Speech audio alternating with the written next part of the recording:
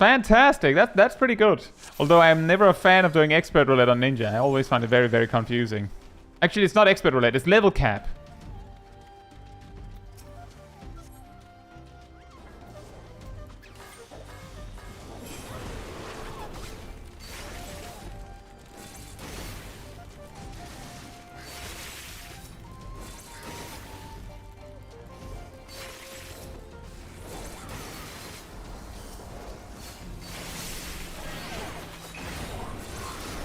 That's a stupid order of me.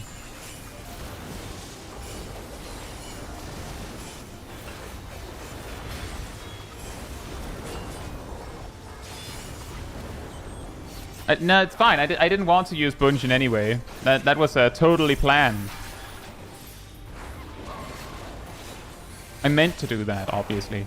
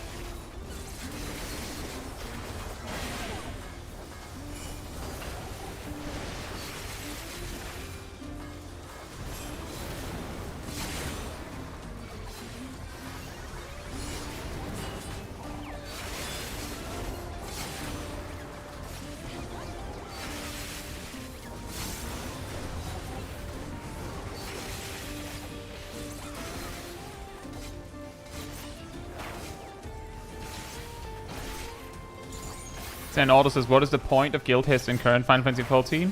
See, the funny thing is, San Auto, a lot of the time when people think about Guildhests, they're like, well, it probably made sense when they added them. But, and yeah, I made a video on that exact topic. Thank you, Ardell. But when they were released, they were heckin' easy lobao. Like, they were never good, apparently.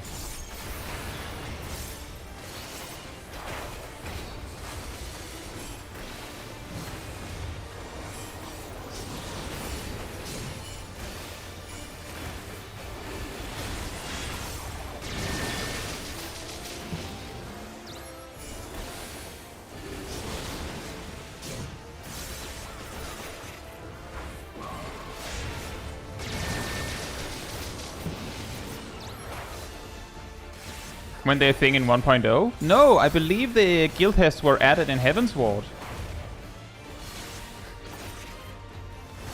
I'm pretty sure they were added in Heavensward. Specifically Guildhests.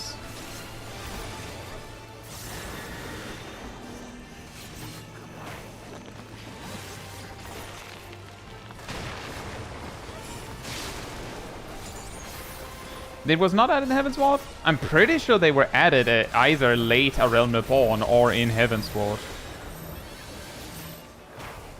Are they from 1.0? Are you sure?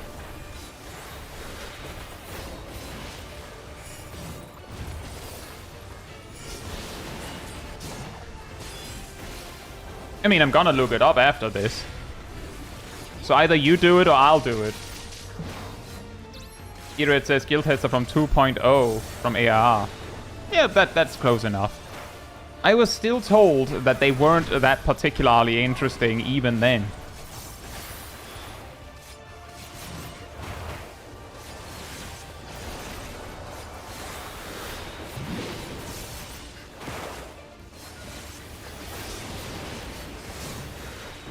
I should have used a right on here.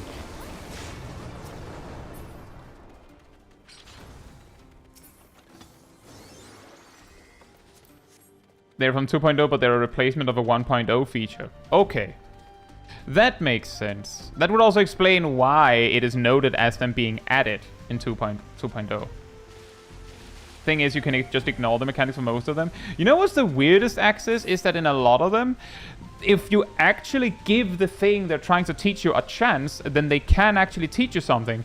It's just also that a lot of them are really, really bad at actually teaching you the thing that they want to teach you. A clear example of it that I would like to just highlight for a moment is the fact that the what's it called? I did a weird order there. The Sylph one with all the debuffs. They actually explain in the description that you can remove debuffs with Ishuna. They actually tell you that. But there's two problems with it. The first one is that apparently the line that the blue line over debuffs that tells you that they can be removed wasn't there in A Realm Reborn. First of all. Hello? Huh? But second of all, so that that one is okay, fair enough. The feature wasn't even in the game yet, right? So that one is excused. I'm pretty sure the blue line was there in Stormblood, but I know for a fact it was there in Shadowbringers.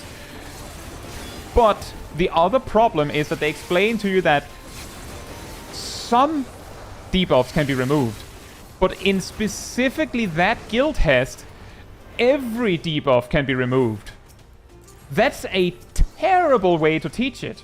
You don't have a single example of where it's a no? Why not?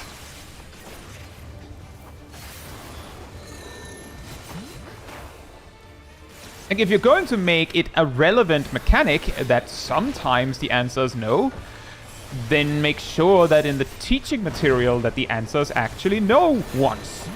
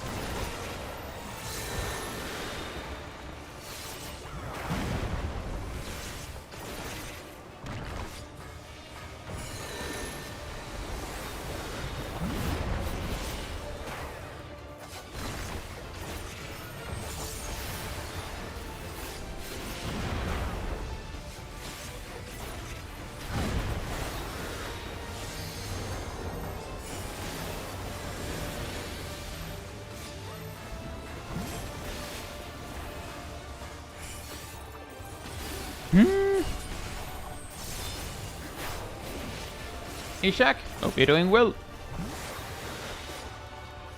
Heard this value was 10. Nice. Lazapov, hope you're doing well. An Axis.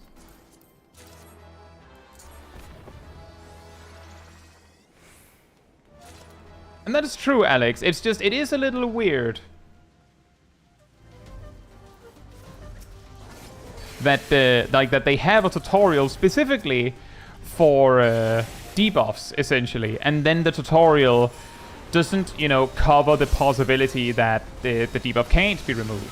It's just a weird, I would call it, oversight.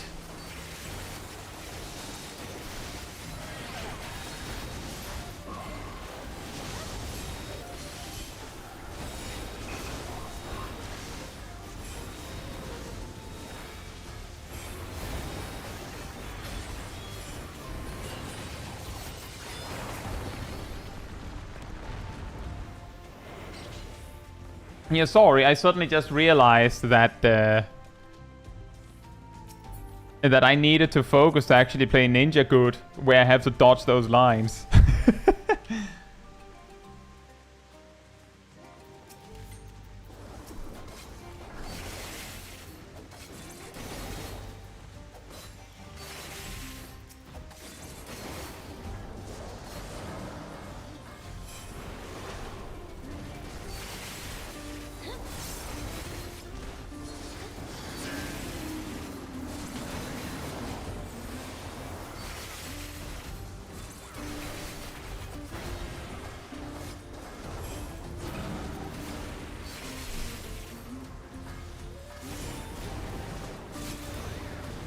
That is really awkward.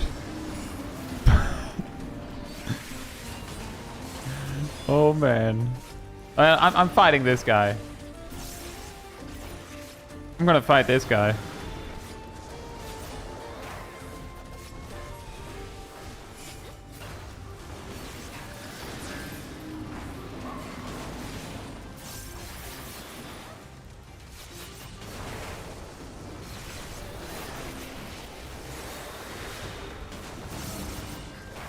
Gustavus says, do you have Osma mount? I do not. I have never done Baldesian Arsenal. I don't even have max level in Eureka.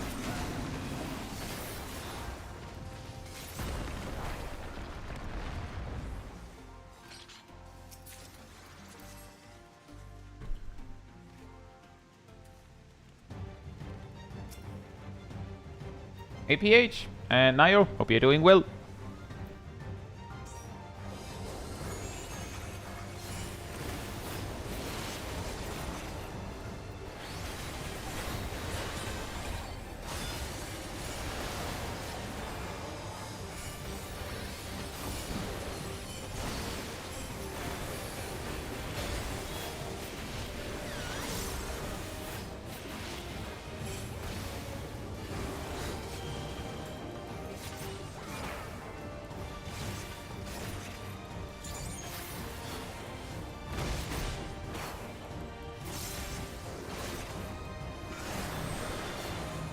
Guess it asks for a Eureka stream then. The thing is, it takes a lot longer than one stream to just get that in order.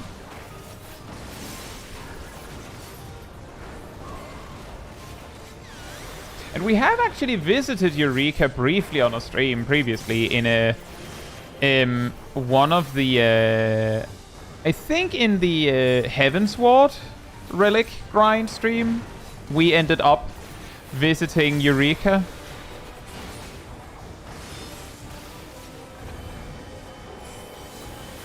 And it's complicated. It's just Eureka is a very slow place.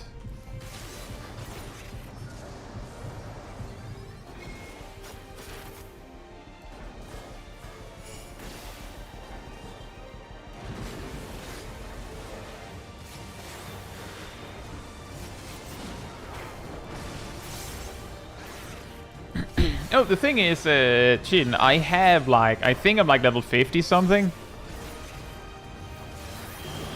I'm pretty sure.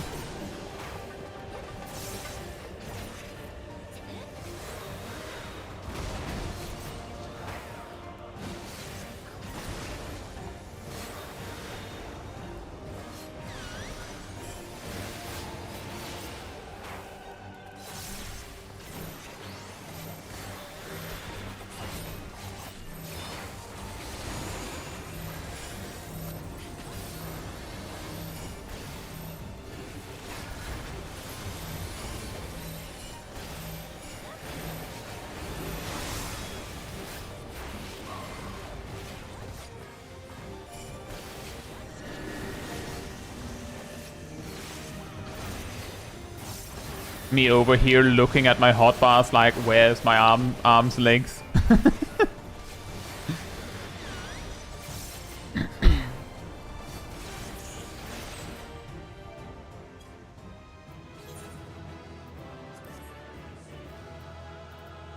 Oh!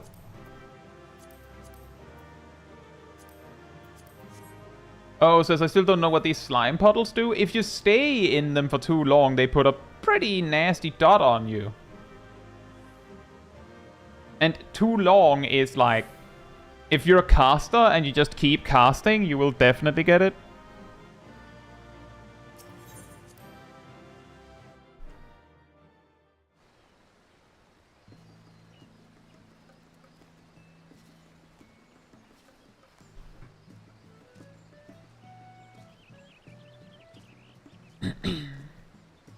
Hey Dr. Asteroid, hope you're doing well. Since rewatched How to Ruin a Job with One Change gave me an idea. Astrologian must play their cards by clicking on them on the job gauge.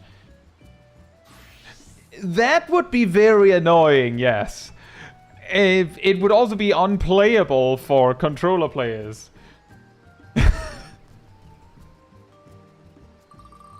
Hey Raging Bull, hope you're doing well.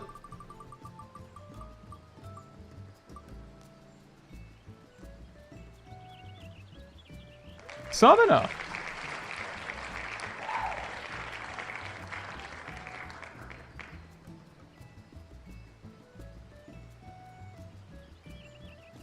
I know, PH. The thing is, I think I mentioned this a few times before. I'll queue when it says 50. Eureka was what originally got me to quit the game. And that was back when it only had the first area.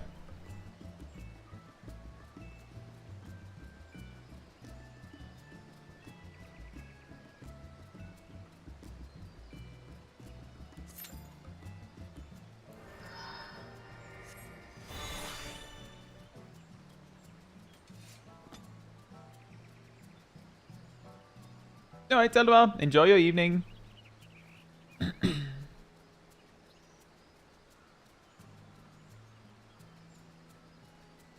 Do something like that. Originally, you needed to hit like level 18 in Eureka before you could even mount in the first area. Which, by the way, made two-seaters very luxurious. It was quite something if you wanted to reach a notorious monster or whatever they're called, and someone just came over with their two-seater, like, ride me. And then you'd actually make it.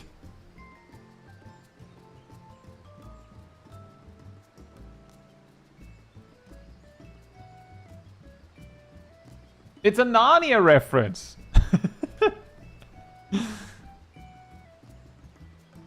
How many times have you pulled under the armor doing mental roulettes? Well, let's start with the fact that I've had over 200 mental roulettes. I'm pretty sure that I've had specifically under the armor like 50 times.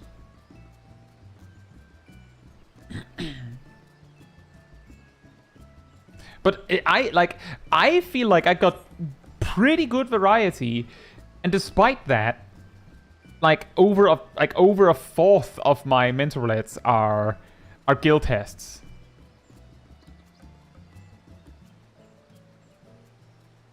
Actually, based on my own tally, it's over 30%. Yeah, exactly, Youngdun. Hey, Cat. Hope you're doing well.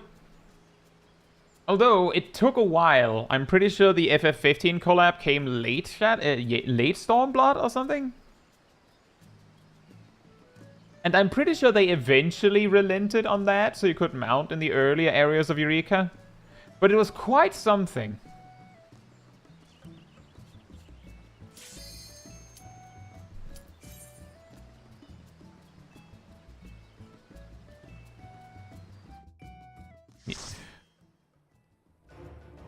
What do you mean newer one axis?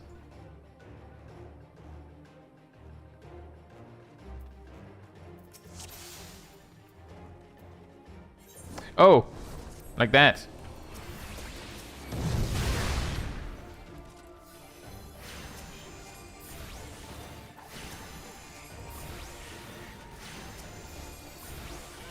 Here's the funny story with that, Alex. I've never actually sat down and watched any of the Narnia movies start to finish. I just know all these things. But there is the comedic effect from me calling being really, really far away Narnia and things like that. But I've never watched a whole Narnia movie. Can you do a Narnia stream? I think there's a copyright problem there, Tung.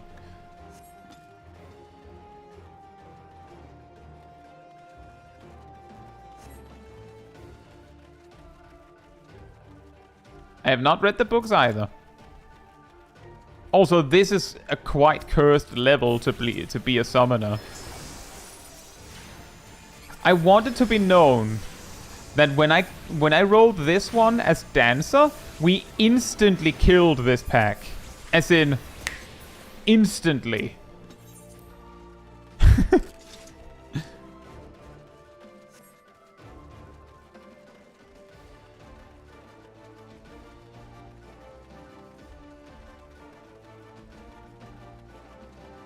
This copyright, what's that? Is it food? It could be.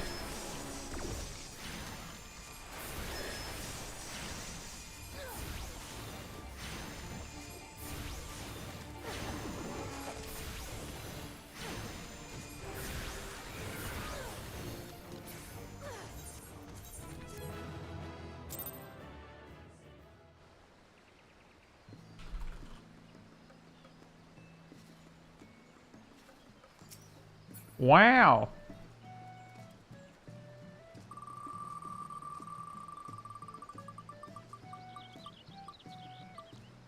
Also that we had both a gladiator and an archer.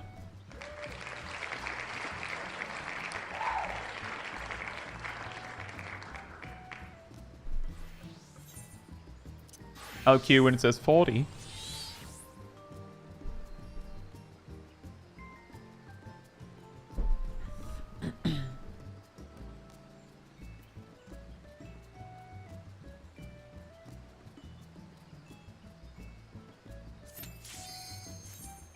It basically, Zip Zap, standard finish has gotten a lot of potency buff, both on its single target, enemy parties, and its AoE. And it's so strong that Spriggan pack it will survive with like 1 AoE's worth of HP. And Dancer has their step 1 AoE combo at that level. Tong says, can you get PvP on Mentor? No, you cannot. Also, I see Furnace in here.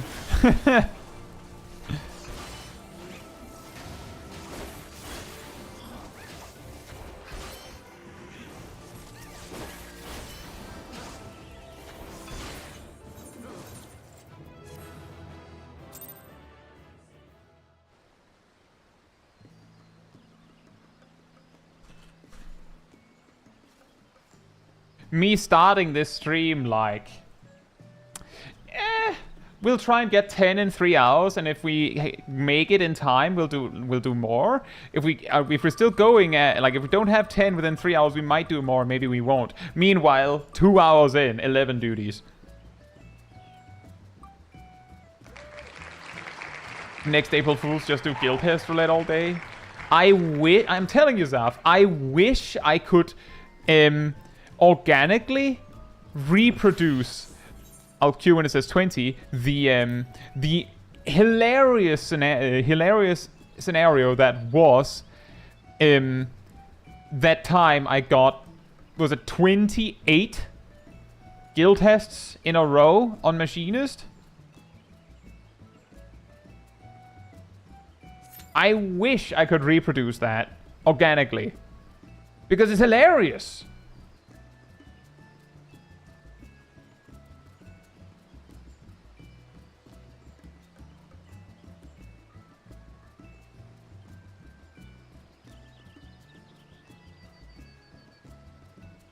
Thank you, Erdo. You see, the funny thing is, if you're just trying to progress the achievement, it's fantastic. Now, if you want to actually have fun, it's not that good. And if you're trying to make a video that is actually interesting, it's really hard, because the only thing you can do is try and make it interesting with something else. Hey, Jules, hope you're doing well.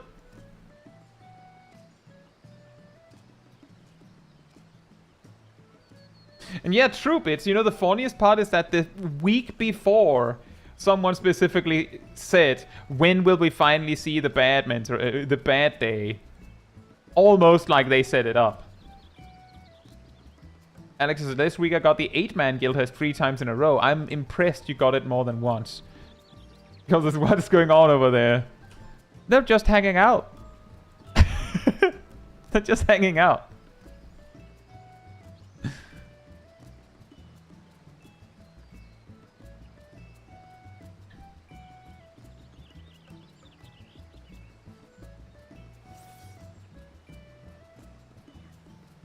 Want to stream 90, but bit crushing the audio and obscure the movie a lot. I wouldn't take the chance, Xavier.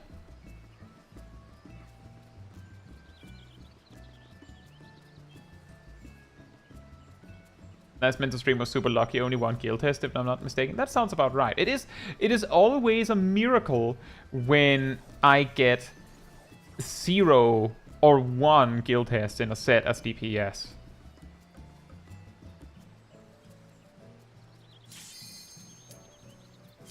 Oh boy.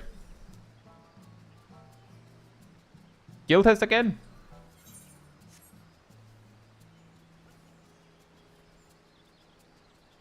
Yeah, I know what some people do Oh boy. To get around it is they will just like they'll just put the video timer on screen and like just have their own reaction with no sound or footage. That way you're perfectly capable of following along.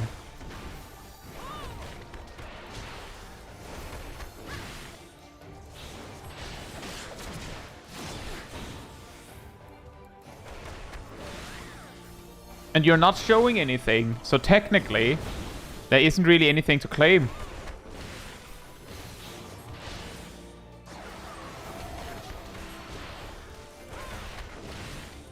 But yeah, I would rather not take any chances.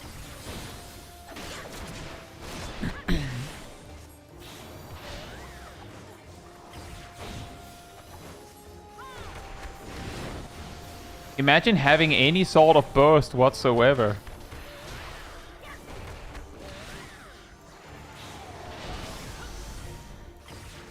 Wait a minute, it just gives physical vuln?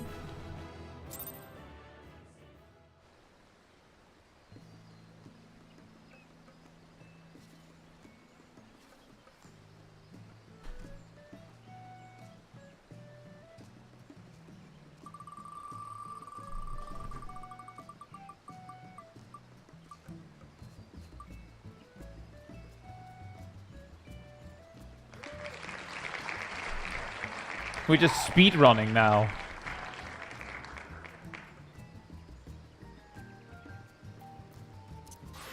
I'll queue when it says 52.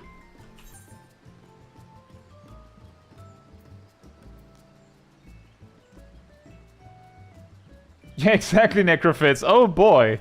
Meanwhile, Ninja technically has a functional burst in Guildhests at like level 18.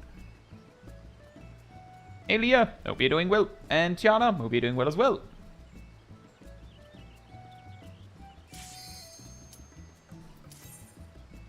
Are we finally getting something?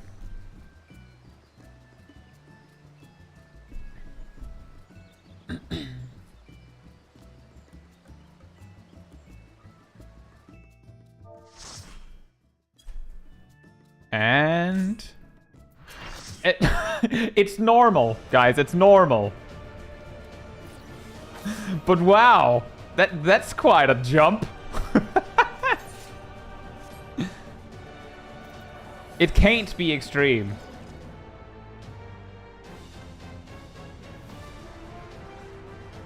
Meant to relate into Dragon Song, please, Ultimate.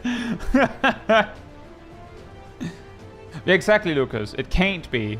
But this is still a huge jump. Yep, you're coming through loud and clear, Ardell. Upon my blade, I swear, no harm shall come to Her Highness. You will not defile Zelenia's memory any longer.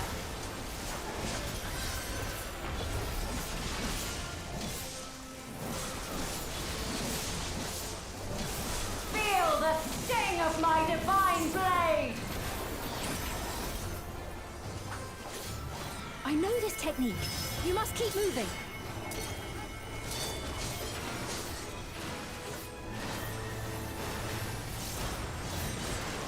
Have at you!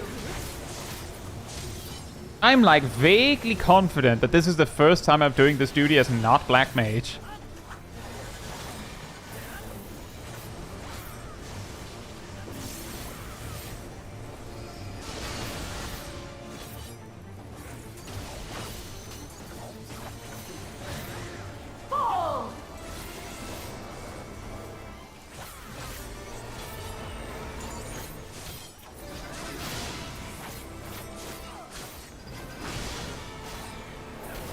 That her blade work should be recreated so faithfully.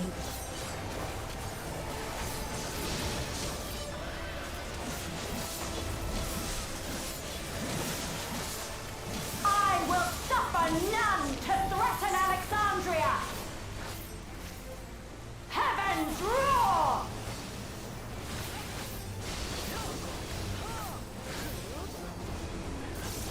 I know there is a point where she forces you into a cutscene, but I don't know when it is.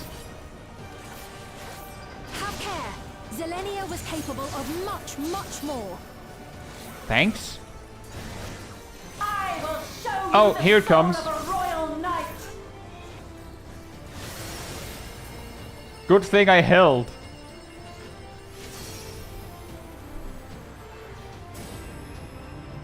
For the honor and glory of Alexandria, I strike! You know, Cole, what I found really funny about Sveen doing that is that I felt like she didn't really add anything. She's like, she can do way more, be careful. Like, I don't know how that's supposed to help me, but thanks. Quickly, away from the sigils. Yeah, I know. You don't say. You don't say. Away from the sigils. I thought I was supposed to chomp on them. You see what I mean? Like, what? Exactly, Leah. Like, her advice wasn't like on the one hand, weird that she's sitting there like backseating. At the same time, she's basically saying something that you should know. You must brace for blade and magic both. Wow, okay. She's like, she's gonna do two mechanics at the same time. Watch out. She knows you like pink. Oh no! My secret! My secret weapon!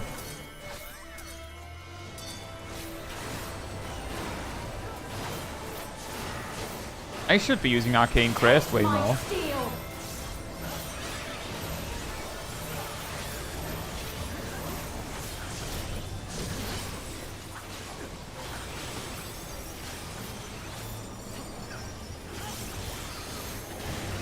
There is no escape.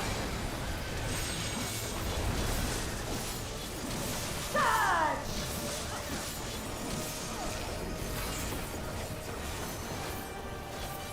Oh, it's coming over here.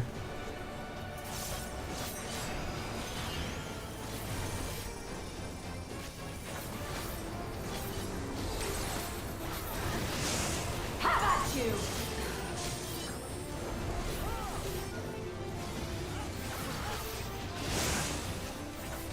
Oh boy. It's getting a little down to the wire suddenly.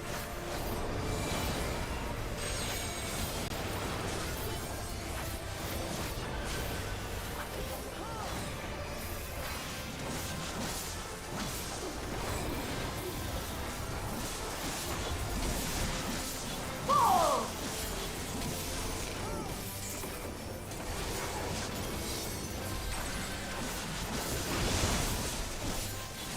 I know this is mere reconstruction. I didn't quite see it because I was more focused on getting away from the orb, and I was still doing my my burst. I have pledged my life to the kingdom.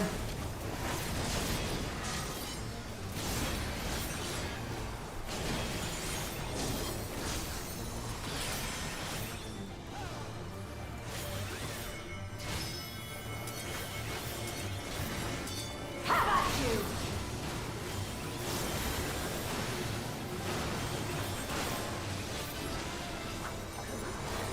My resolve shall never waver.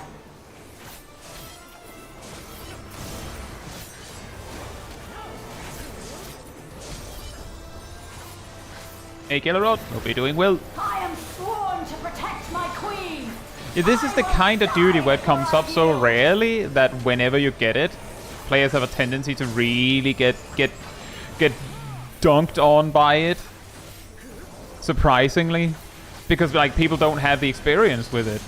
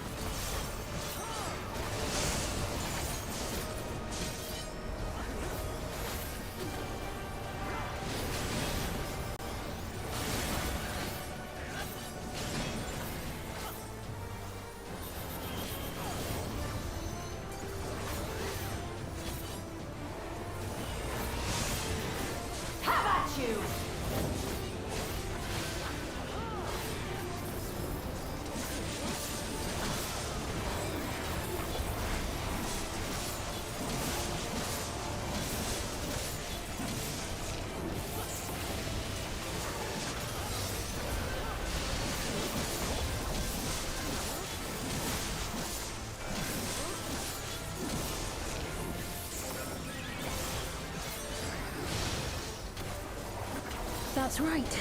Zelenia was always there to protect me. Fantastic. Good for you. That's, you know, that's just lore stuff. It's just in the relation to the she's telling you what to do thing. Like, he's not really. But it would be funny.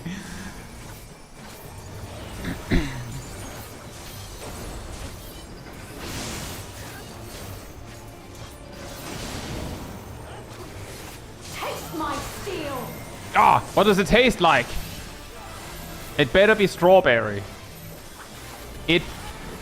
Ow. This isn't strawberry at all. Rage and royal.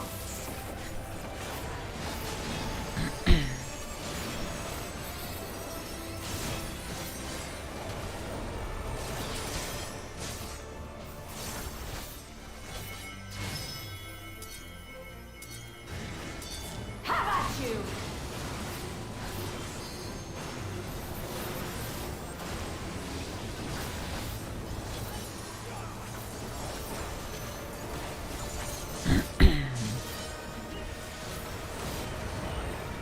Oh, I just realized. This is like, this might land before it's wasted.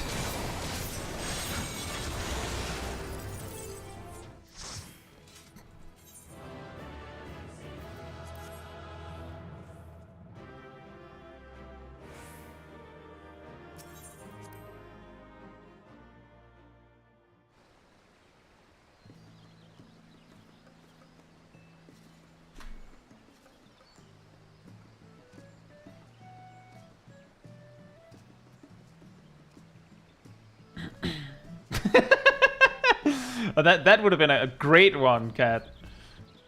The Sween just like, that's right. Zelenia always did smell bad. I couldn't quite put my finger on what it was, but now that I think about it, yeah, weird actually.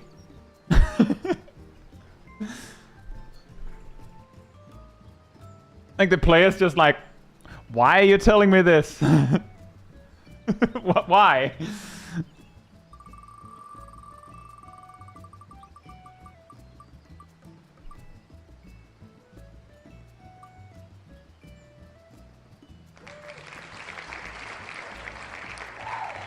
She was really into garlic sandwiches. Yeah. Weird. I'll queue when it says 50. I will say the whole voiceover thing in a boss fight, like the concept there, it can be a little hard to do, I feel like, because it's like, what do you make the character say? Like, they could say anything. But a lot of it, like, can feel a little weird. And, like, I'm just saying, like, some other MMOs have done that for years. Like, just everything has... all bosses have voice acting, that kind of deal.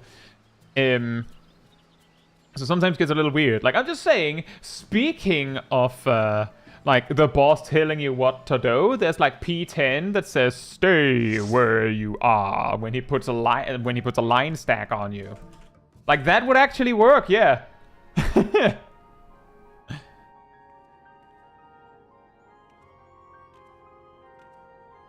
Oh boy. One more time we get max level duty in a job that I find actually hard. I feel like the game is trolling me right now. Black Mage? Oh no, you get under the armor. Bard, on the other hand...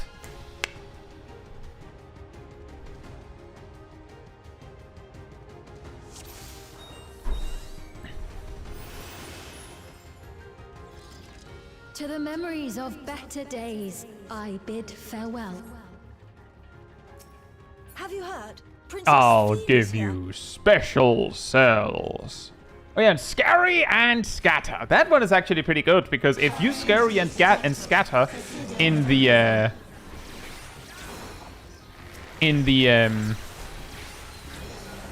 Savage version, or sorry, Extreme version, you might actually cause problems.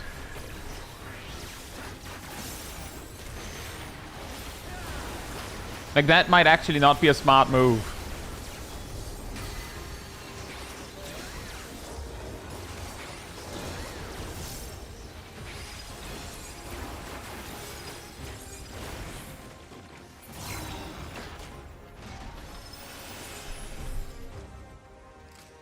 Red Hawk says, is it weird that you get so many max level duties in men's roulette? No, not necessarily. The thing that I'm complaining about is that the job that I'd want to get a high level duty on, I don't, and then I get one on the jobs that I actually find hard. It's all in good fun. I don't mind. I'm sure it's more entertaining to watch me mess around with Bard, which I'm not that good at, than just watching me go over for the millionth time how awesome Black Mage is.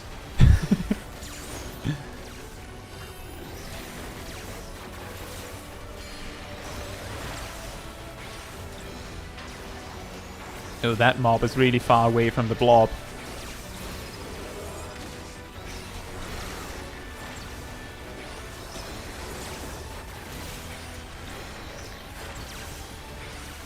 Mage of color, thank you.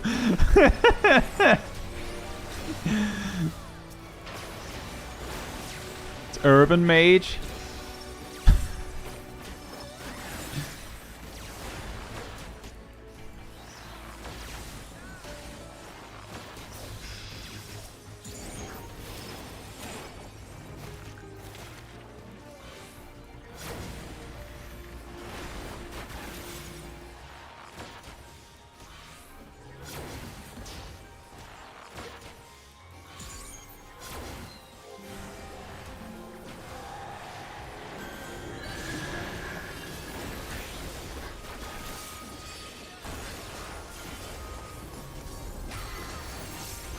What? Full send on the single mob just before the boss? Are you crazy? Yeah.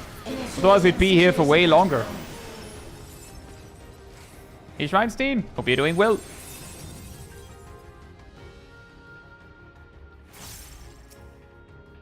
Xavier says, would you run the Unreal at some point? I have run the Unreal.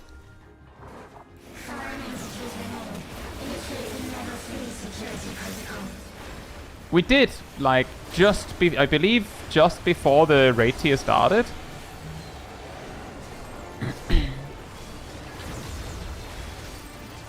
It's just that when we're progging, we usually we don't really care enough about the loot from the Unreal to like go out of our way to do it on stream. We'd rather get the extra prog time on Savage.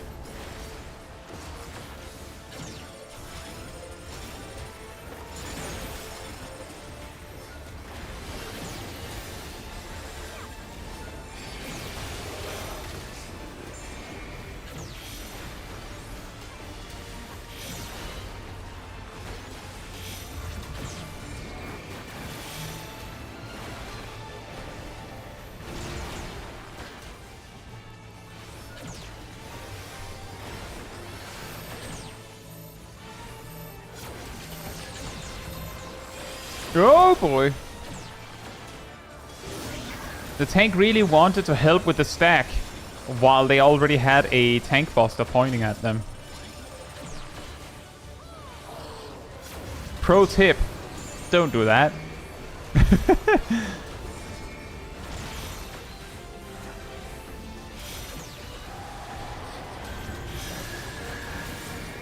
Uh-oh.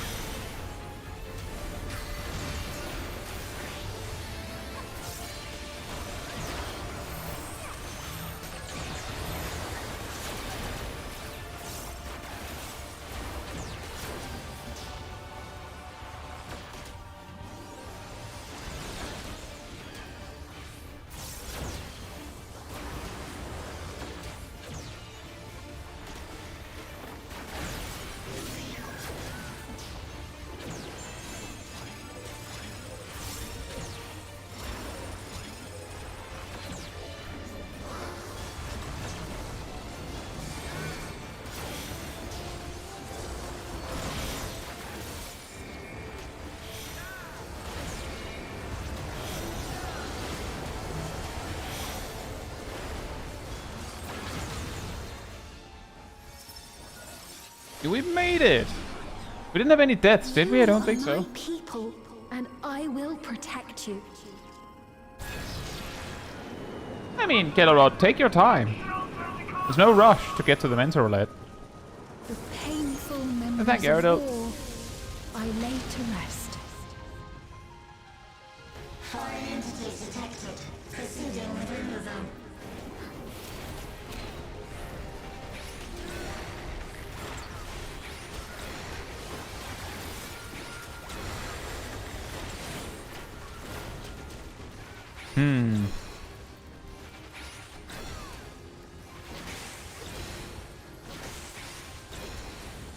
This is a really, really awkward pull for my cooldowns.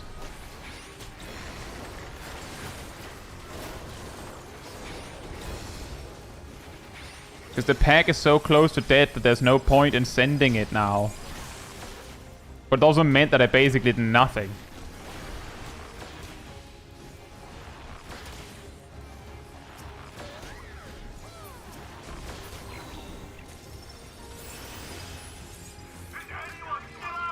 Big lag?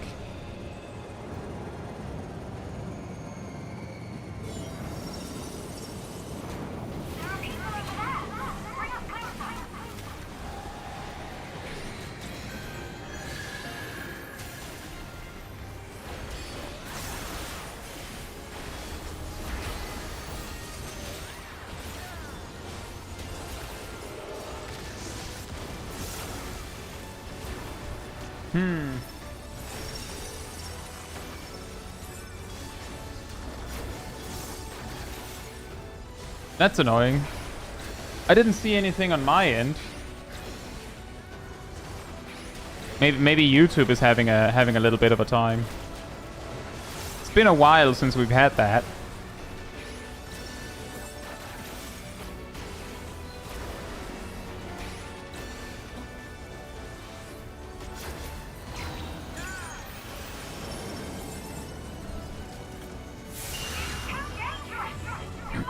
But it looks... It didn't say anything to me, so that's annoying.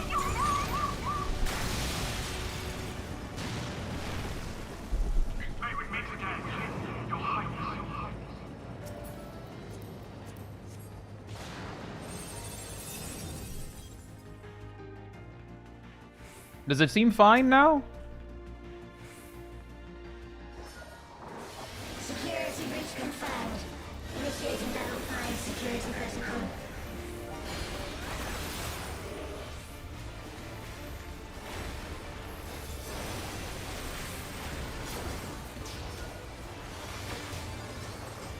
Yep, well, that's good.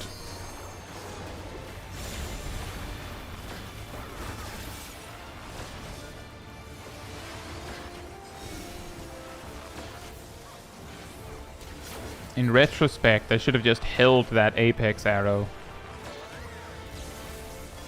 I also just realized I forgot to set up my other dot.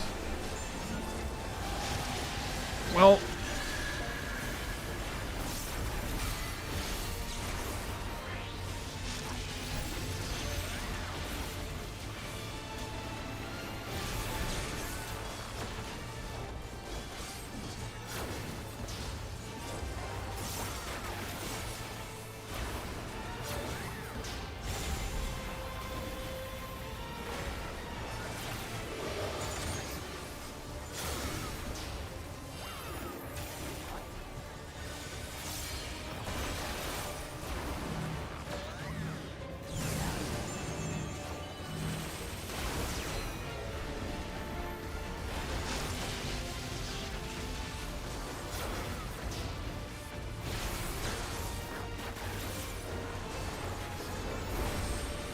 But yeah, also to your point, Cole, it makes sense that this dungeon feels longer.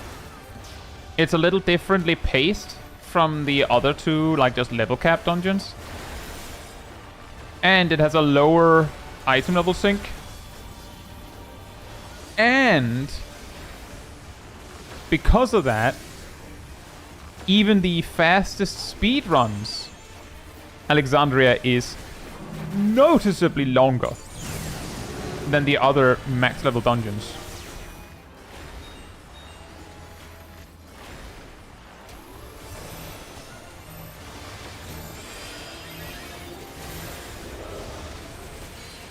Could be a shame if the final dungeon of an expansion was a quick run. Yeah. Oh yeah, true, there's also a sad moment to look at.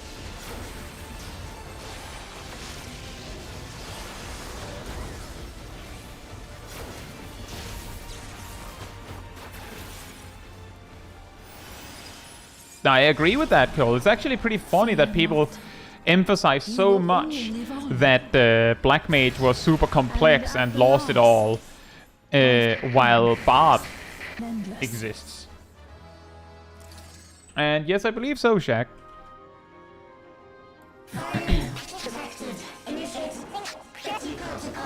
The extra bad thing is that I don't know what it is, but I've always got this feeling that like the archer, like the classical archer, which is basically what Bard starts as, has a tendency to draw more casual players. Because it's one of those, like, less crazy ideas that more people, like, it's more grounded. So, like maybe less, like, MMO experienced players are more likely to pick it. Which, of course, causes a massive problem for, when Bard is, like, one of the hardest jobs when it really comes to it, right? Also true, Naomi. It's more the interesting perspective. What's the easiest / approachable class for a complete noob? Depending on what role you want to fill, arguably, you know, Conjurer is extremely approachable as a healer. Like, it has a really, really simple toolkit. It does exactly what it says on the tin. And when it starts to introduce more complex mechanics, it's usually at higher levels where you're ready for that. For tanks, I would probably say that it is Gladiator. It's straight up 1, 2, 3s for like 50 plus levels. And for DPS, I would say it would be between Dragoon, Lancer and Pugilist. Again, they start to get really weird with it at higher levels, but they start really, really slowly. Like, here's the thing. Dragoon doesn't even have a job gauge until, like, level 60. And that job gauge is basically just a buff timer. Meanwhile, Summoner hits level 6... and then they have a pet they need to think about and understand, and they have a job gauge that pet interacts with, and like they actually really early have like swift cast optimization with their with finishing their ether charge. Like, it has a surprising amount of depth at, like, level 6, let alone level 18.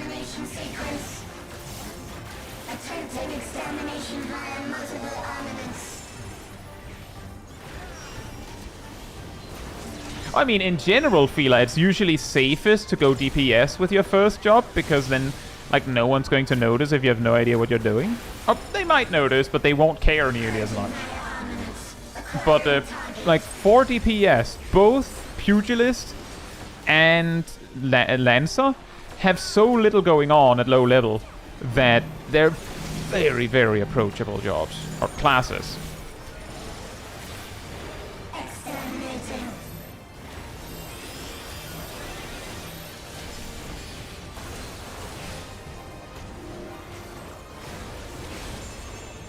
Commencing final attack sequence.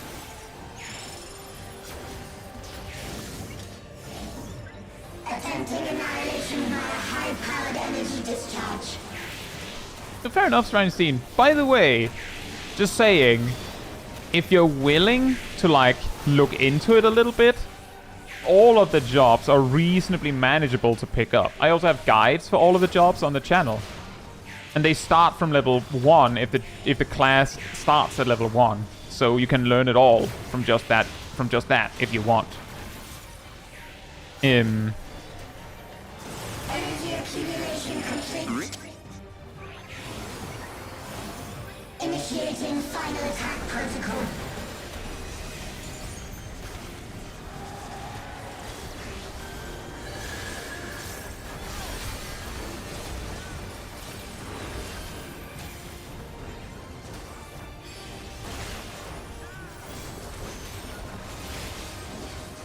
Foreign entities remain. Resuming annihilation.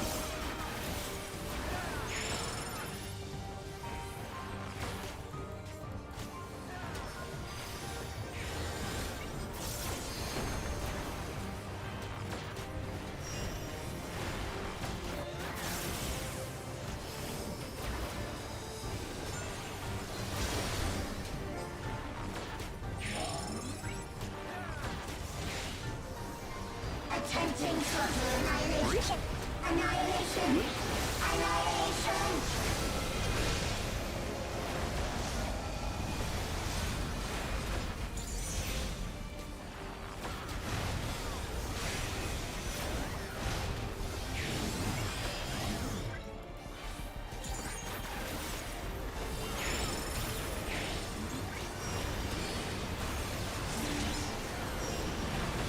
Nice.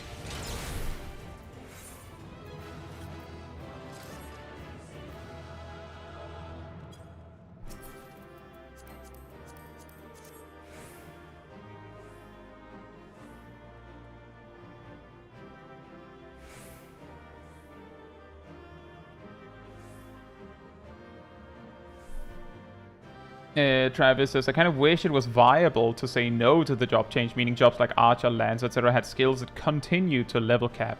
A lot more work, but I still wish it was a thing. Well, that's the thing, Travis, is that the game is also quite focused on, like, in a way, storytelling.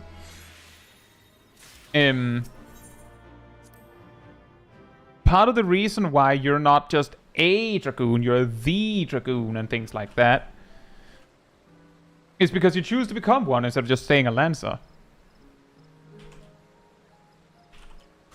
And the whole thing with Archer is, you know, everyone wants to be a better Archer, and then, like, the Master Archer comes out of hiding, essentially, and they're like, oh, man, teach us! And he's like, well, actually, I learned that the thing you really need is music. Like, he basically discovered that there wasn't enough in just archery. You could argue that they could have just told a story where that was not the case, but they decided to tell a story where that was the case, and that story could never exist alongside the option to just go, no, actually, I'll stay Archer. But I can definitely see it. I have also heard others say, I wish that, like, you could be a DPS Paladin, or a DPS Dark Knight, or, you know, a tank samurai, like, that the jobs had more options to them, and I could definitely see it. In a way, Cole.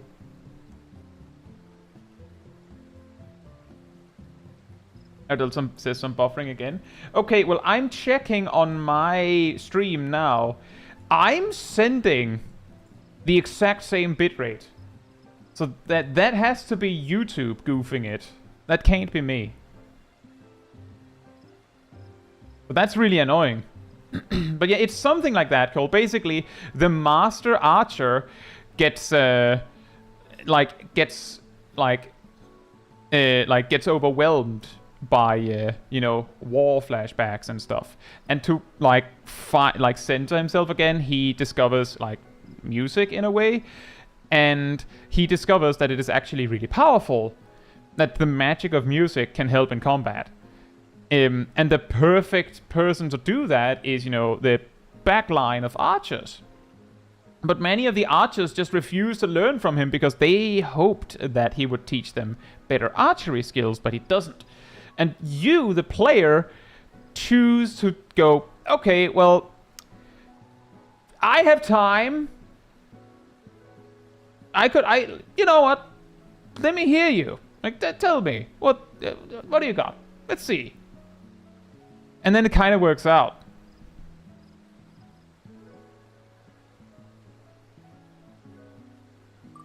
But I could definitely, like, if they had gone on more, like, further with the whole idea of classes branching, like Summoner and Scholar, you could probably have had, like, we could have had, like, Bard and, like, I don't know, Sniper or something like that. Similar things. Like, a lot of options. But, admittedly, speaking of Scholar, right? Admittedly, devs have said, as far as I know, that they regret making Summoner and Scholar like that.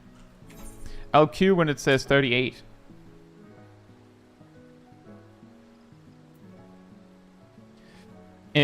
Because if you go deep down in the code, they've basically, like, the spaghetti is so tight around those two that they basically can't separate them.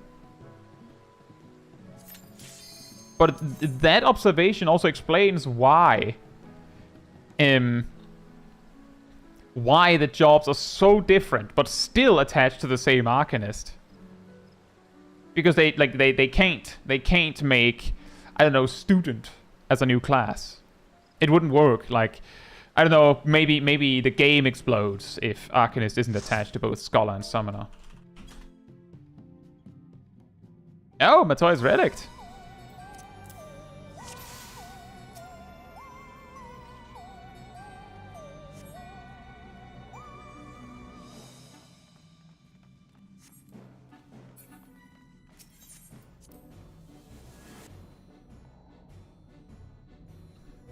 Sally says Final Fantasy V has Ranger, which is what a lot of people wish Archer had become instead. Yeah, that's one that could work. Tactics Advanced has Sniper. They also have Hunter.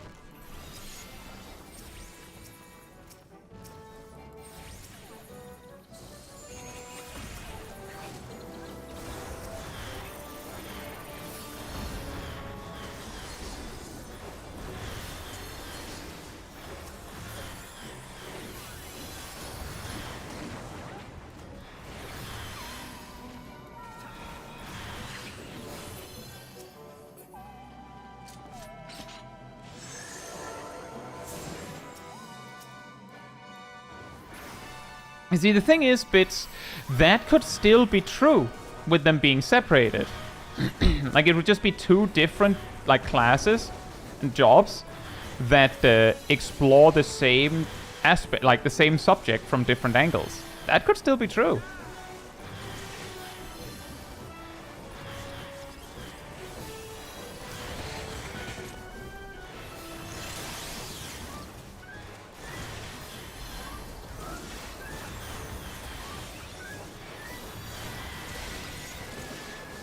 I haven't heard that one, Xehanauto. But that would be very cursed if true. I'll say, Sahariel, hope you're doing well.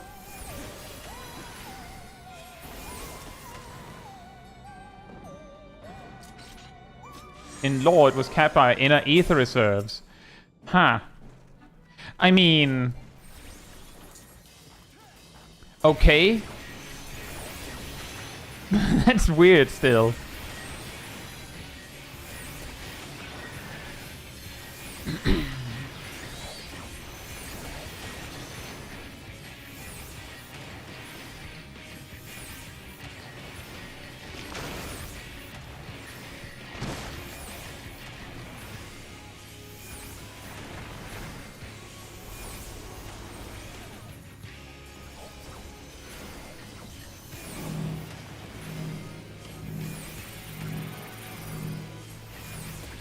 And what I mean by okay, that's weird still is, I mean, we keep introducing new versions of Bahamut, right?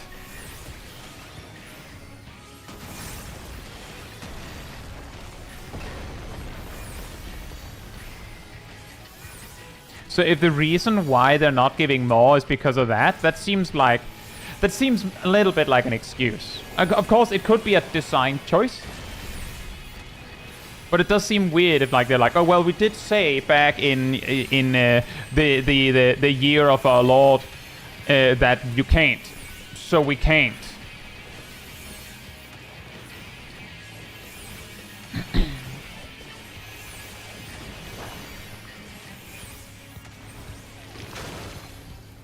Hey, Bano. Hope you're doing well, and thank you so much. I'm glad you enjoyed them.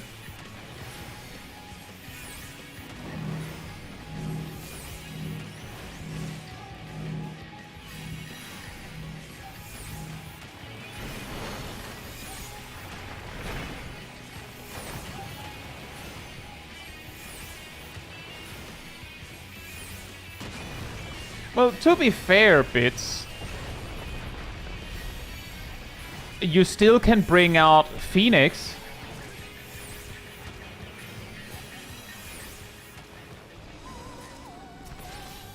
And it would still sort of require a lot of things for that to happen.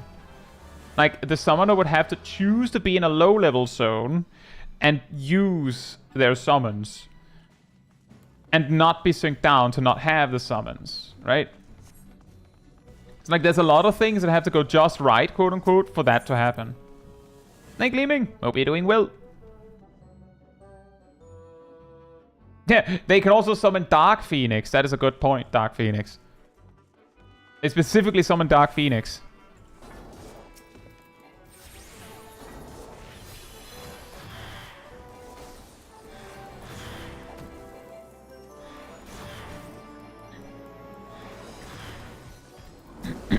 And that is also, like, there's also a point to be made that there would, like, if they actually gave us the primals that we're asking for, we would just keep asking for more, right?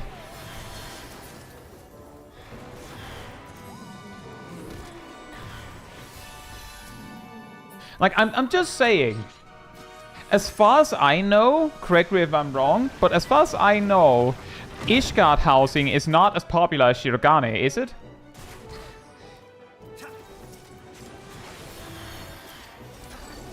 I'll say also, hey, on tempo, hope you're doing well. I know housing and job mechanics is not the same, but my point is that people were like, can we has Ishgard housing for years? And when they finally got it, they were like, we were basically like, oh, wait a minute. This is basically just the goblet again, but in gray instead of brown.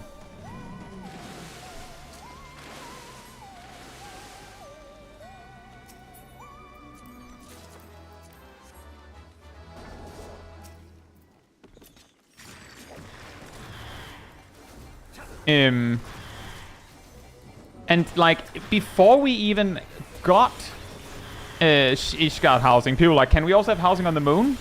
How about Crystarium? Can we have housing in Sharlayan? Like, I'm just saying, to some degree, it's a little bit more about just saying, can we also have that? Like, it's a little bit like a little kid in a candy shop or a candy store, right? Can I have that? No. Can I have that? No. Can I have that? No. Satsuma says, I think almost everyone expected snow on the ground like in the rest of Ishgard. Well, to be fair, there are snow some places. My FC house is next to a snow pile. Can we have housing in the void? Yeah, exactly. Also, hey, Maeve. Hope you're doing well.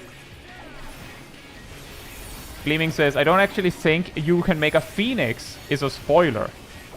True. I'm also, like, we have a summoner in this party right here, so I'm sure that we'll see it exactly. But if you look there, there isn't a name on the summons. So as long as they don't make it too obvious that it's Heidelin, then it could just be like, oh wow, what's that lady monster that you summoned there? What does she do? What's that demon you summoned there? What does he do? Because there isn't a name. So you can just, like, the summoner can then be like, oh yeah, that's Zodiac. But it, like, basically that does circle back a little bit to the whole thing that I have brought up in the past, that sometimes it isn't a spoiler to see something in and of itself.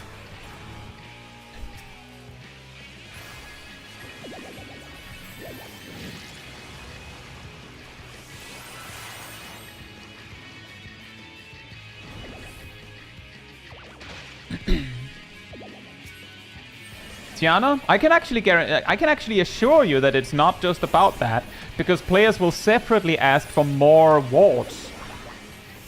So I'm pretty sure that they both want that place to have a house in, but also want more wards. Like, both can be true. We are also now in a position where there seems to be plenty of housing on a lot of data centers, or a lot of worlds. Summons have names by default.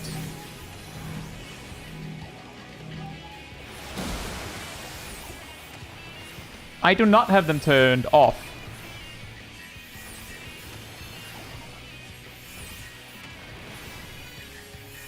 I do not have them turned off. You can see Ruby there. I'm reasonably sure that they don't have names, even not in combat. I would also say I have the default settings. So I do not have them turned off. You have them turned on in combat.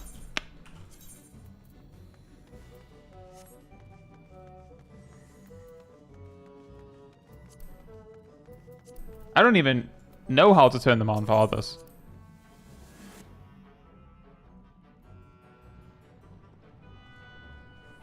The bigger problem would be that you can see the ability names in the traits menu for higher levels. Oh yeah, that's true, Bread Bean.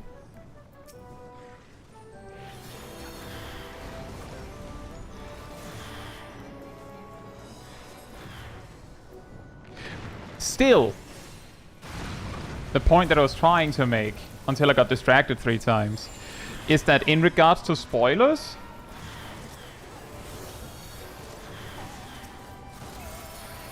a lot of the time, it's only a spoiler if you explain what it is. It reminds me of a very specific robe in Endwalker, where some players got extremely uppity about players walking around with their robe in, like, Limsa. With the incredible irony that if you didn't say anything, then it could look like a store item, for all they know. It didn't look necessarily related to anything. But because people said, no, you're spoiling them about this and that, that was the spoiler.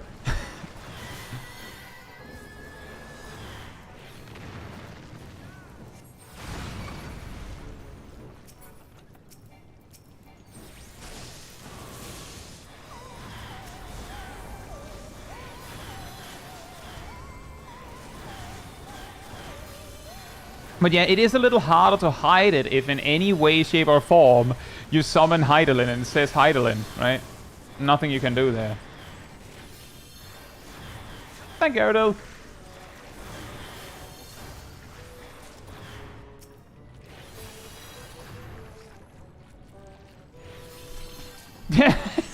Someone says, oh yeah, the title, Papalimo's Final Witness. What? What's that title about? Oh, nothing. Don't worry about it.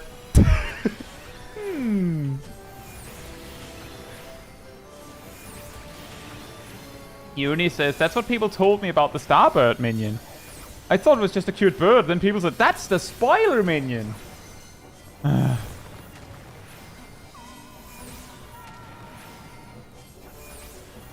It's just when Papalimo became a lawyer, right? See, that's what you do. That's the move, everyone. What you do is if you run into the situation where you might spoil a Sprout, you just give them you just throw them a giga lie. Oh yeah, there's this whole storyline where Papalimo becomes a lawyer, and that's the title. It's pretty funny, right?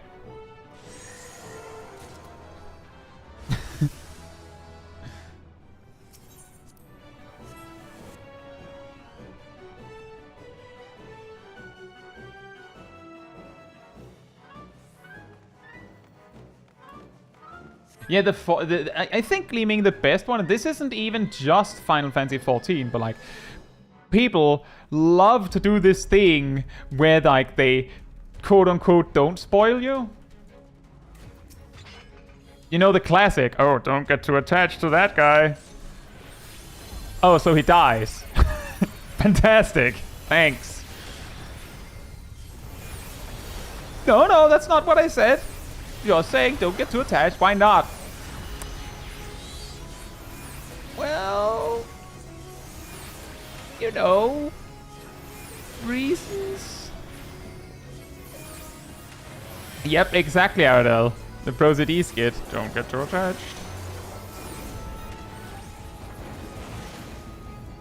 Yeah, that's usually what I say, Alex. But I say that at any point where I like finish the duty and then I see a Sprout watching the cutscene. I'll just say enjoy the story. But you better not go, remember to bring your tissues.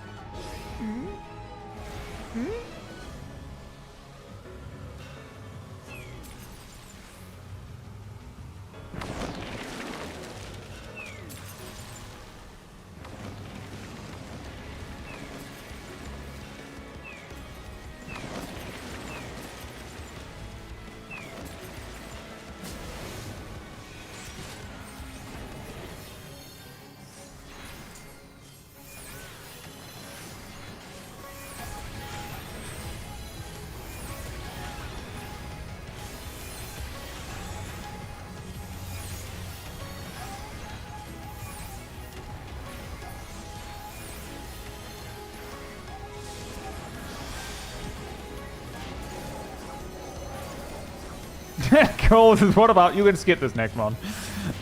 Wow. That is harsh.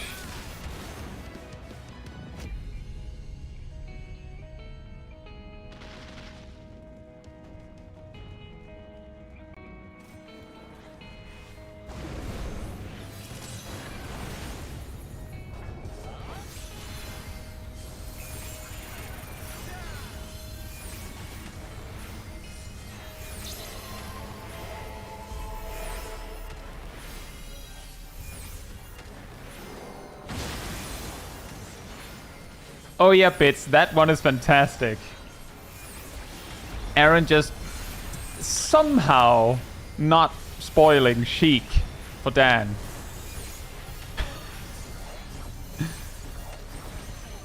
Partly because Dan just didn't notice.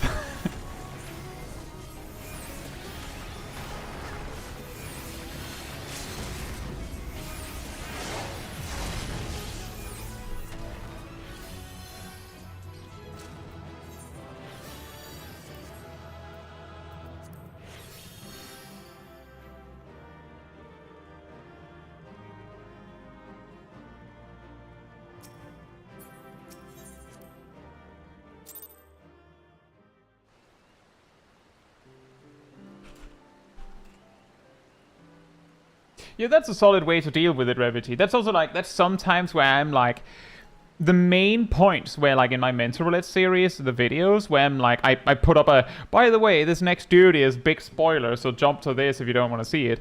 I usually do that when it's a duty where I feel like just seeing a few seconds of it might be like, oh, great, thanks, now I know that this happens. Fantastic. Thanks. Whereas for most of them, players can just go, or viewers, I guess, can just go, oh, I don't know that one, I'll just jump to the next timestamp. And they can just see it and go, I don't know this one, I'll get back to this later. But the ones where it's so mega spoilers that even a second could be too much, I put a little warning.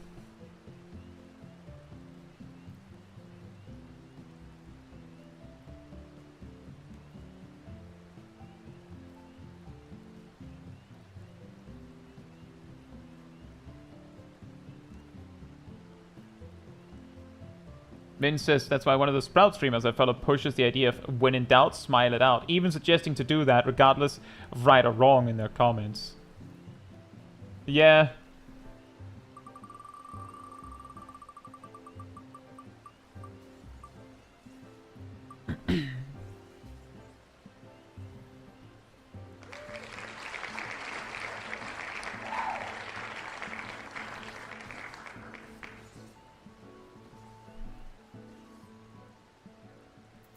Gunbreaker. A Q when it says 5.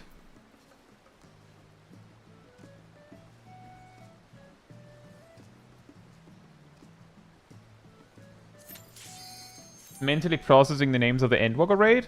Pandemonium. I bring Pandemonium. I am Pandemonium. And these cells are mine.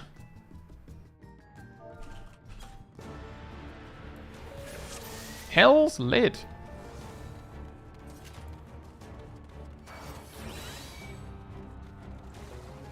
Oh yeah, a lot of the boss names are just like, what? This is always this is a weird pull because you can't pull the next pack. I forgot for a second that I had the continuation at this level.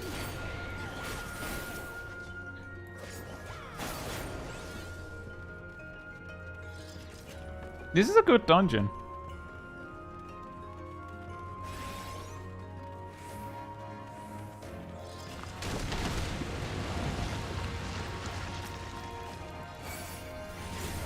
Teleport!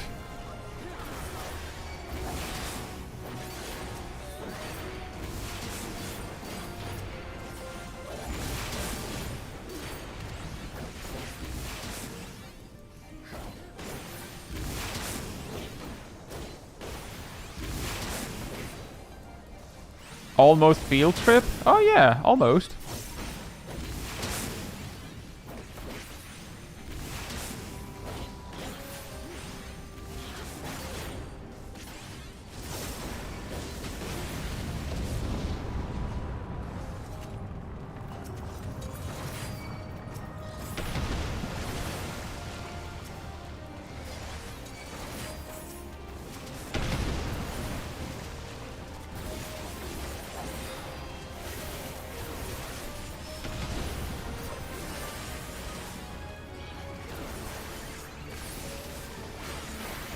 It's really a little awkward to be a gunbreaker here, though.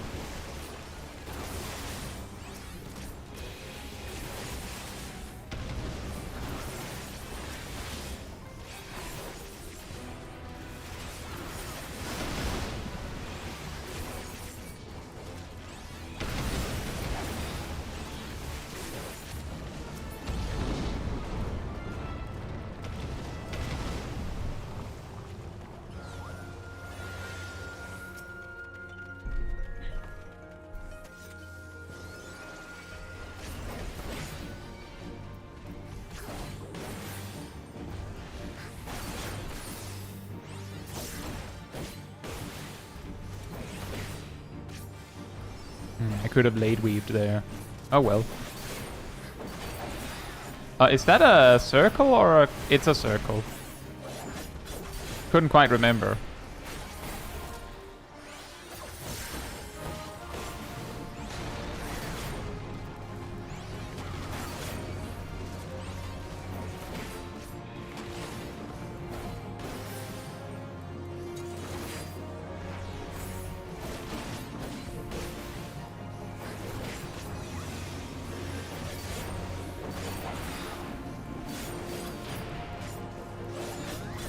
Yeah, what tripped me up, Nox, is a lot of those kinds of bosses will lead with the cone.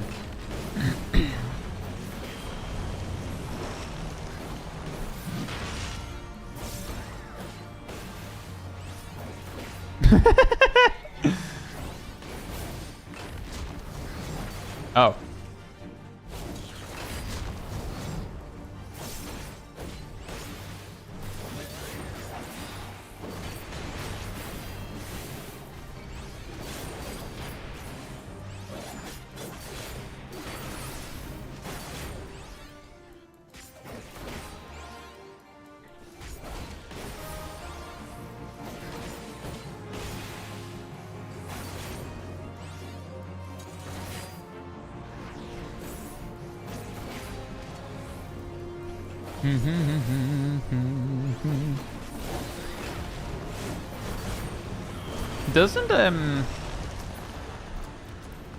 Doesn't Stormblood have its own boss music?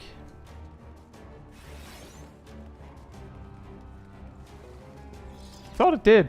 I'm pretty sure that's just like a Realm Reborn, Heavensward like generic boss music. I guess they didn't. I do remember that it might just be that the Stormblood only has a final boss theme. Because I actually remember in Shadowbringers released without a mid-boss theme, and then they just decided to do it. And people liked it so much that they made sure to have one for launch on Endwalker. So maybe that's why Stormblood wouldn't have one either.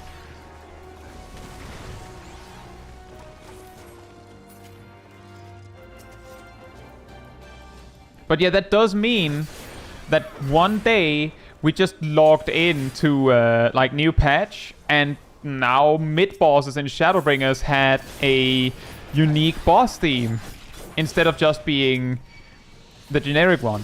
Which, like, by the way, makes it even weirder that the first and mid-boss in Mount Gulk has Torn from the Heavens.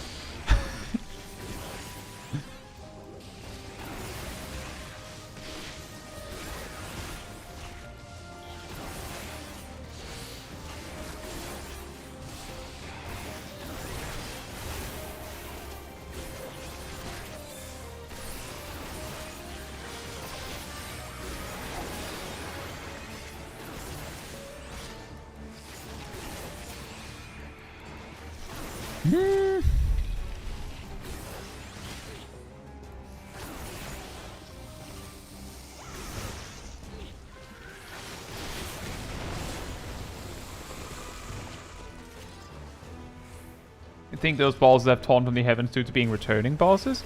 Are they returning bosses?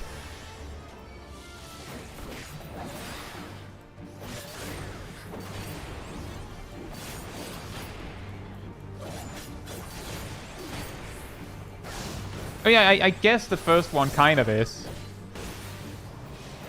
Kind of.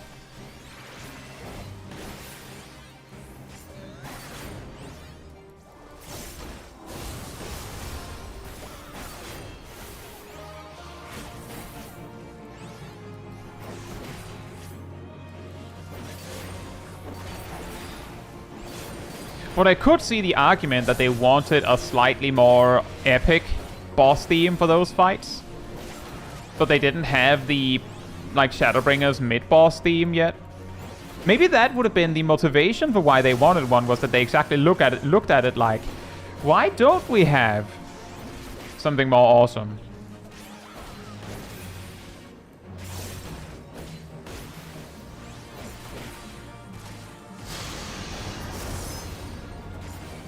Oh, whoops, I should have used Burst Strike there.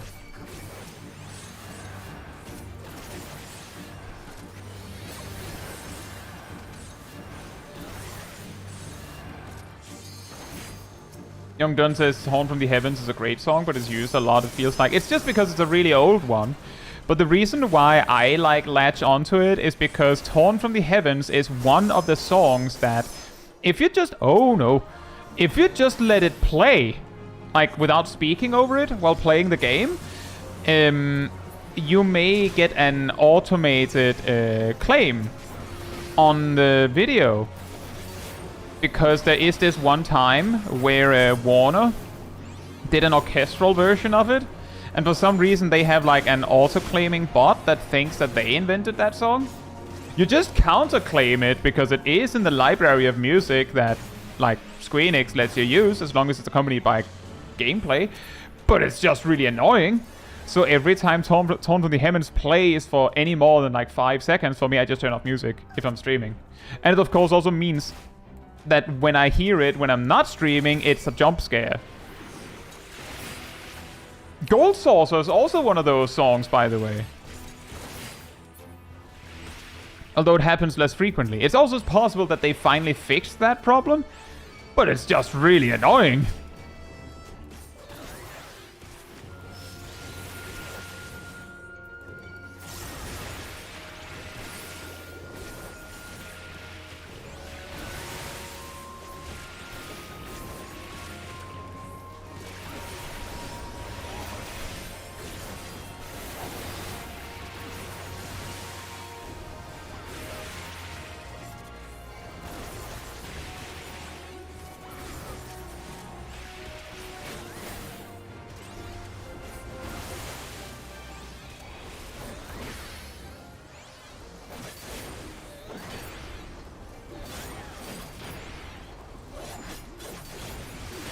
And yeah, Torn from the Heavens comes up on any fate that is like, you know, one of those like 30-minute extra big boss fates has Torn from the Heavens. And you can hear the warning, because instead of, you know, just having like that little trumpet thing or whatever it is, when you run into a fate, it has this like duh, duh, duh, duh, duh, duh, duh, silence, and go Torn from the Heavens. Which means that if I hear it and I know that I'm not leaving the area, then the initial toast saying, oh, Torn from the Heavens is coming, is the moment that I turn off music. Would Gold also be because it's a legacy track? No, it's because Warner did an orchestral version of it one time. That's genuinely the reason.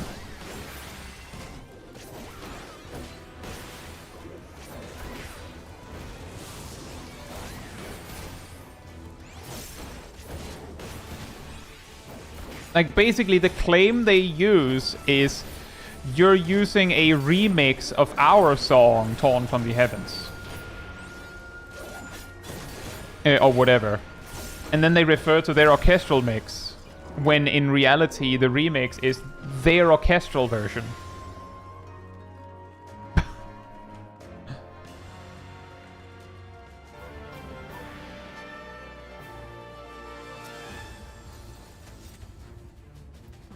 And yeah, the remix of Torn from the Heavens with the Nier version, even the version that like any mixed, like slightly stanked up version of Torn from the Heavens does not get copyrighted. It's only the original version that they try to yoink. Weird, right?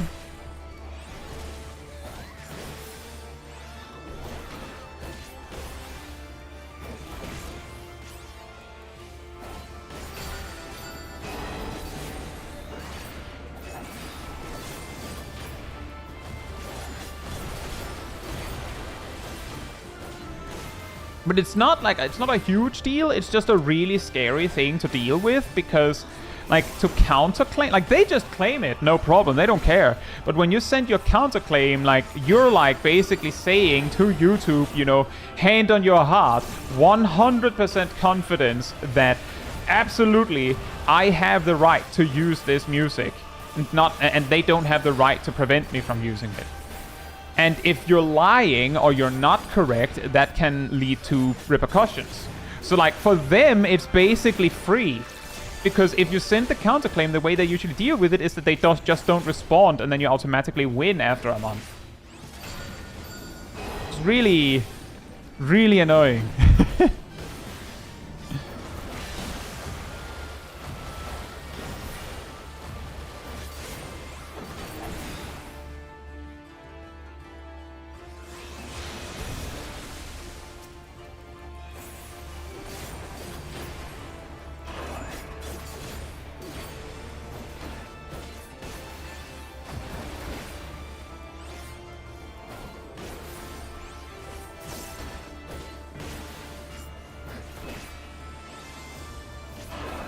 The thing is, Sally, if I remember correctly, the way the system works on their end is that if they choose to continue, like if they actually go and say, no, actually that is ours, then then like legal action has to be done, which the YouTuber usually can't afford. But if the YouTuber can, and I believe that like legally the company who's making the claim is found to incorrectly be claiming the music, that can have like significant repercussions for the company. But that still means that the company making the claim is like between like 2 or 3 layers of defense that the YouTuber will never be able to penetrate.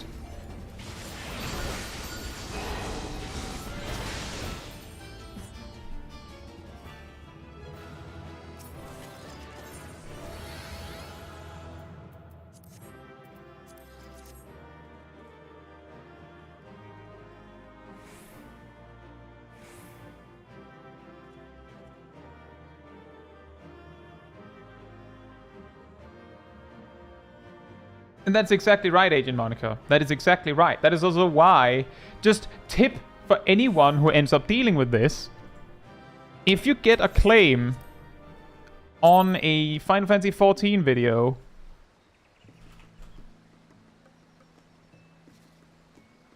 where you have absolutely certainly there may be music playing, or you might have chosen to use music from Final Fantasy XIV, but it's accompanied by actual gameplay, then Square Enix will not claim it. Although if they do, then you might be in trouble.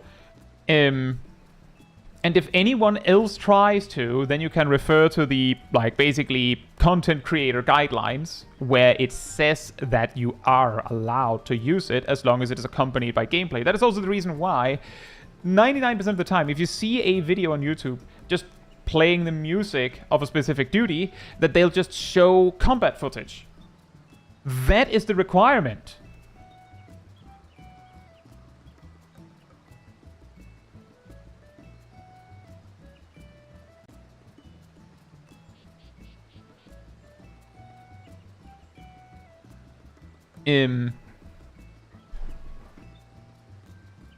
That is really weird, Necrophytes. But that is the requirement. That is the reason why you see that basically every single video that shows off a song from Final Fantasy XIV has, like, irrelevant combat footage. But that's because that's the requirement.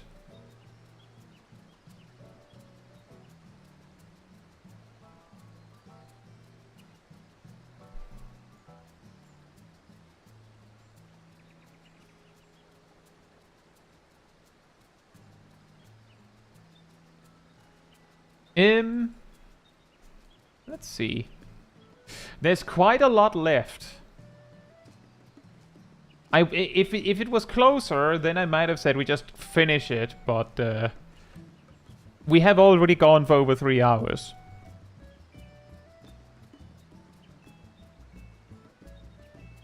But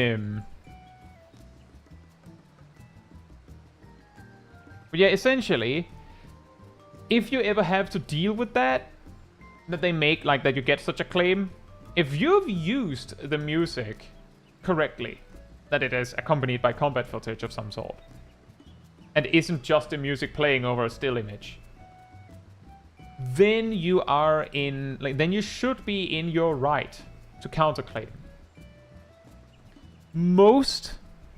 As far as I know, most video games, the music is mostly safe if it's music from the game. Because, like, while they could, you know, crawl the world, like the YouTube, to see if they can find you using their music on the wrong game, a false positive is a lot worse for the game's like social media presence than a few missed true positives, right?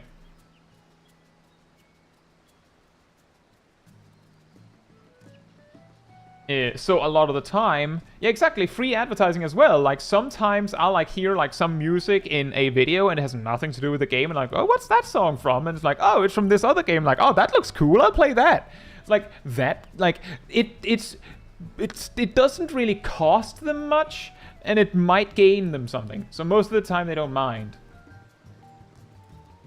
Fern says sometimes games have streamer modes for music, so you don't have to deal with that. Also true.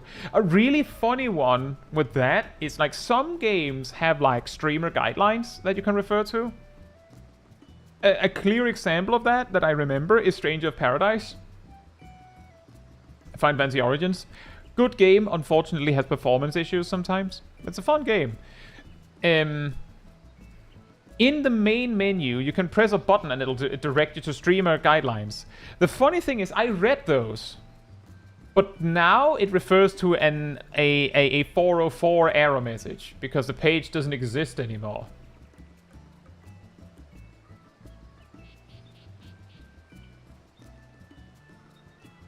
But I specifically remember that in those guidelines, they were very, very strict about you not being allowed to show the final cutscene at the end of the story. You were not allowed to show that.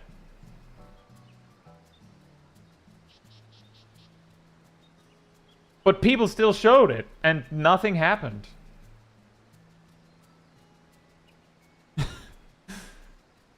And now that it isn't even there anymore, so how would you know? Like, I specifically read that guideline, went to YouTube, googled that cutscene, and found a 4K rendition of only that cutscene.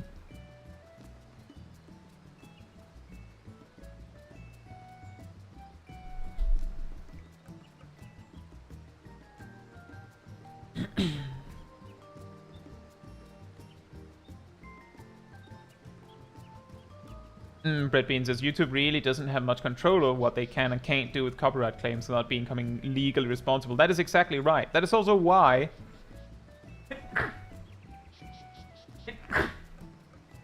Sorry. That is also the reason why the system for this is that owner of music claims video. Owner of video says, no, actually, I have the right for this, and, like, you know, shows like possible evidence for that. And then owner of music then has to either say, okay, you're right. Also, by the way, funny thing, if the music owner claims it, you have like a week to respond, or they win automatically. If when you respond to them, they have a month to respond. I guess, of course, there is the possibility, like, you put up the video, you should know whether you have the right to it. You shouldn't need a month to find the evidence. You should have that on hand. You put it up recently, right? And they get a month. It's still a little crazy. If they don't respond for a month, you auto win. They can also just say, okay, fair, we were wrong, and then you auto win immediately, or rather, you win immediately. Or they can say, no, actually, that's ours, and then they win. As in, then YouTube just goes, and the winner is, and just lets them have it. And then YouTube tells you that if you're still sure, you need to seek legal action. Because, as Breadbean said, YouTube doesn't really, like, unless they want to be legally accountable, they can't do any more than that. They basically give, like, all they can do is give the content creator the chance to say no once, and then the owner of the music, allegedly, has the opportunity to double down or back off. And I mean, that's pretty reasonable. I understand that YouTube might not be able to do any more than that, but it would be nice if companies that misused it and just bot claimed things that they don't actually for certain have the right to, like, they should make sure that they actually have, like, an updated catalog of what things they have the copyright on specifically. That should be fair.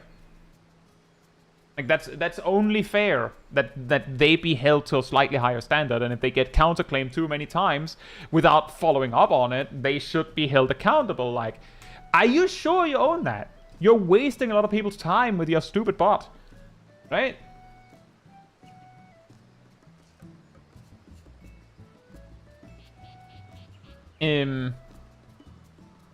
Necrofit says, good old Stranger of Paradise against an early boss on a pirate ship. Right, in Sastasha.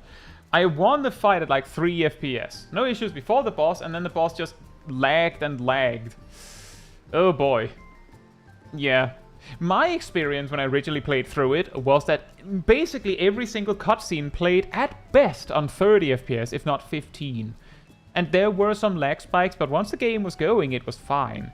Then, on my previous CPU, the Intel ones that I had trouble with for a year and a half, the game would either crash within 5 minutes, just crash, nothing you could do about it, and it would also, like, it would specifically get stuck on a frame and then crash. And the last one where it actually worked, it just had like it had frame stuttering, but on every frame. And it also affected the sound. It was not a fun experience. So I just concluded I couldn't play the game. But on this PC, I can play the game. It actually runs fine. In fact, it runs the cutscenes in 60 FPS. Actually, I think it runs them in 120 FPS, but basically they don't lag. Game runs great on this PC. So one day, actually, I think it was January last year. I'm pretty sure it was January last year that I put up a poll. I believe it was a members poll, actually, like from members of the channel, specifically like cultists, asking what people would like to see in streams. And among the list was, well, first of all, there was attempting to speedrun 1 to 50 in Final Fantasy XIV.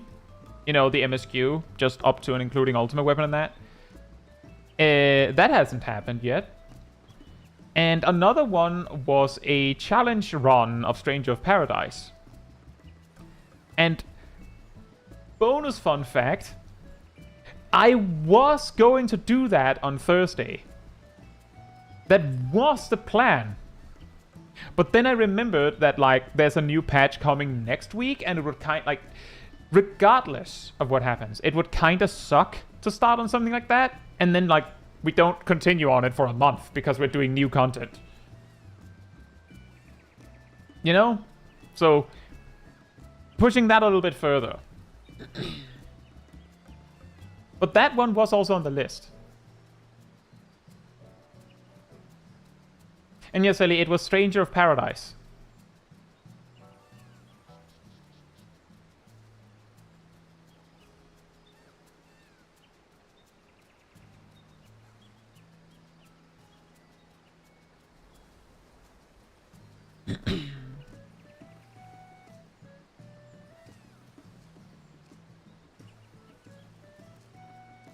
And it could be fun.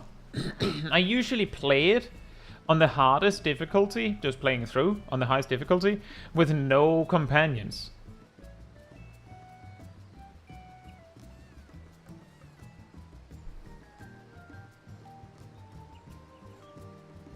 Yeah, it's big in Sastasha.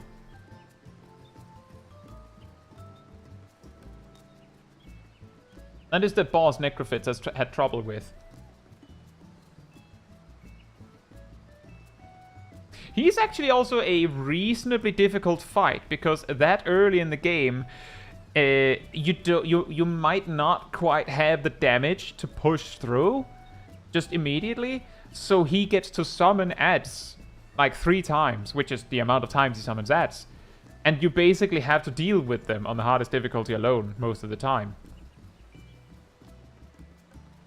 But he's a very cool boss, because he basically, aside from, he can throw like a firebomb, and he can kick you, and he can grab you. But aside from those 3 moves, he basically uses supercharged versions of the axe moveset, the Great Axe moveset, for Marauder and such. And as far as I know, the stages, there are 2, that come before him cannot drop axes. So you basically see the moveset, then he will always drop an axe and give you the moveset.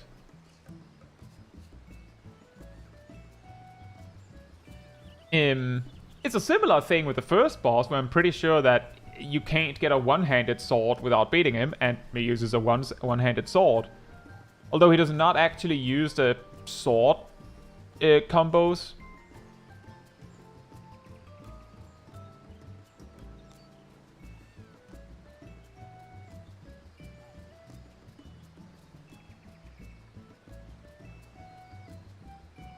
And it's also, exactly, have a preview. Exactly. Here, have a preview. Here's what it's gonna look like.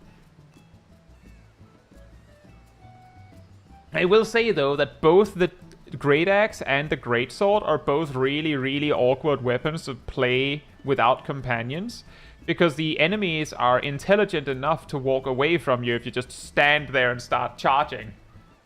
You can hold the charge as long as you like, but they will basically just sit there and wait for you outside of range. So you have to, like, set it up so that you can hit them before they can leave.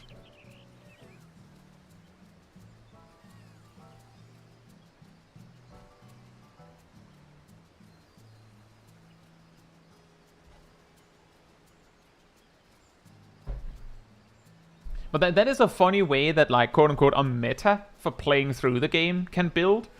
That if you use companions or using multiplayer, that charging up weapons like that become a lot better because your friends can distract or hold the enemies. Whereas if you're alone, it's really hard to actually set it up. But you could have seen it coming.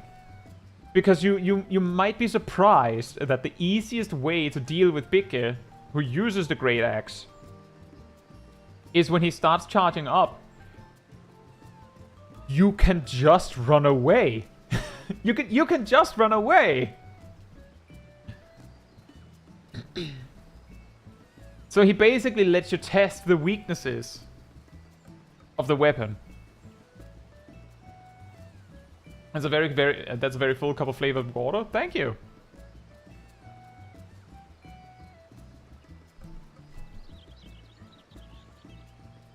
But yeah, we got, let's see here, 16 duties done. Which is pretty good. When I had, recently I've had 20 in one sitting. Got a container next to it.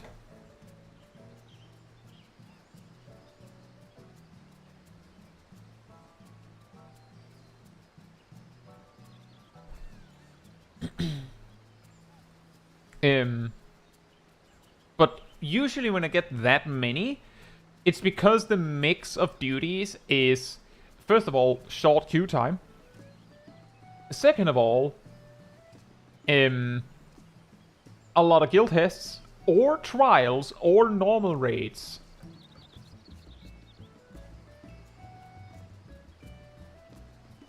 Although, sometimes, pretty funny that, I'm pretty sure that Shiva Extreme goes faster than Shiva Hard, if everyone knows what they're doing. I'm pretty sure. I'm not sure how, but I'm pretty sure I've had exactly that happen.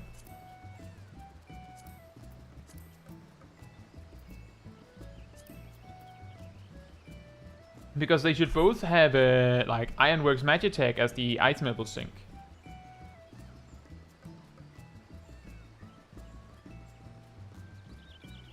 I'm pretty sure it's a Black Current, or however you pronounce that.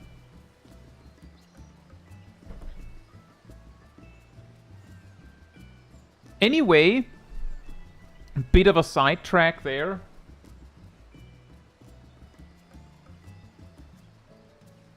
Hey Lana, you caught us right at the end. If you enjoyed this particular stream, it helps me a lot if you leave a like on it here on YouTube. That tells the algorithm this was an enjoyable stream, but like other people to enjoy it as well. So thank you so much in advance. And if you'd like to be part of the Discord community server, there's a link right there in the chat. There you'll find the weekly schedule where you can see what else is coming up in the coming days.